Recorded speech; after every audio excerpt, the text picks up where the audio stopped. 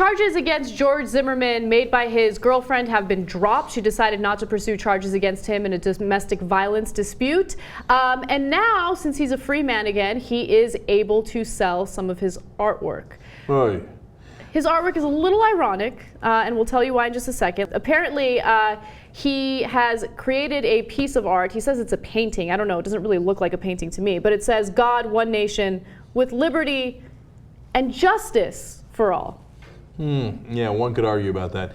You see the clever thing that he did? One nation under God. God is above one nation. Oh, genius, Zimmerman. I didn't see that coming. He's a smart dude. Yeah. Very smart. Of course, the scariest part of all this is the number you're seeing on the right-hand side of the screen there. Oh, that's nothing, guys. The last time that I checked, there were 7 bids, and the highest bid was $212,000. I sure hope to God somebody's fucking with him. I mean, you really going to give $212,000 to George Zimmerman for his dumbass painting? Well, I mean, if you do, you had it coming, right? You know, a fool and his money are easily separated, right? And this is the fool who's going to separate you from your $212,000? Oh, I hope it's a fake bid, man. So now there's a little bit of controversy about the originality of that piece of work. Really? Yes. Wow. I thought he was a real original artist. So someone by the name of Raven Rainfall, that's her handle online, contacted Mediaite and said, you know, that flag looks very similar to a stock image on Shutterstock.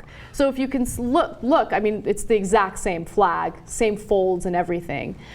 So people are wondering whether or not this is ethical, and in order to comment on this, we brought on our resident artist, Ali, who will tell us what he thinks about the piece of art. Is it original? Is this something that's frowned upon? And does that look like a painting to you? It does not look like a painting.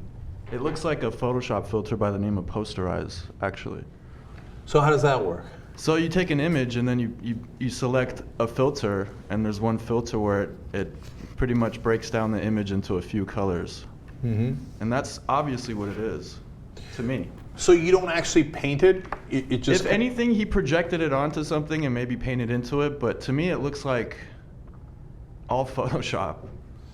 And maybe like a Kinko's canvas order or something. Uh-huh. Wow, but that would be really weird if Zimmerman was unethical like that. Yeah, I don't know. But you know, if it's a real offer and you were willing to pay $212,000 for a Zimmerman original, and it turns out it's not even original, well, believe me, I couldn't feel better about that. I feel bad that it's going to Zimmerman, but I feel good that it's leaving your hands, because you're a total idiot. What convinces people to spend that kind of money on something that George Zimmerman has created? Is it because they're actual diehard fans, or is it because they think, even though this guy's a clown, this might be worth something in the future? What's the mentality behind it? I mean, you can buy a freaking home in most states with that kind of money. Yeah, no, you make a good point. There's a very good chance that somebody thinks, oh, like if this is like having a painting from Hitler or something, right? Mm-hmm. And then 20 years from now, this will be worth a lot. No, it won't. He doesn't have worldwide ramifications.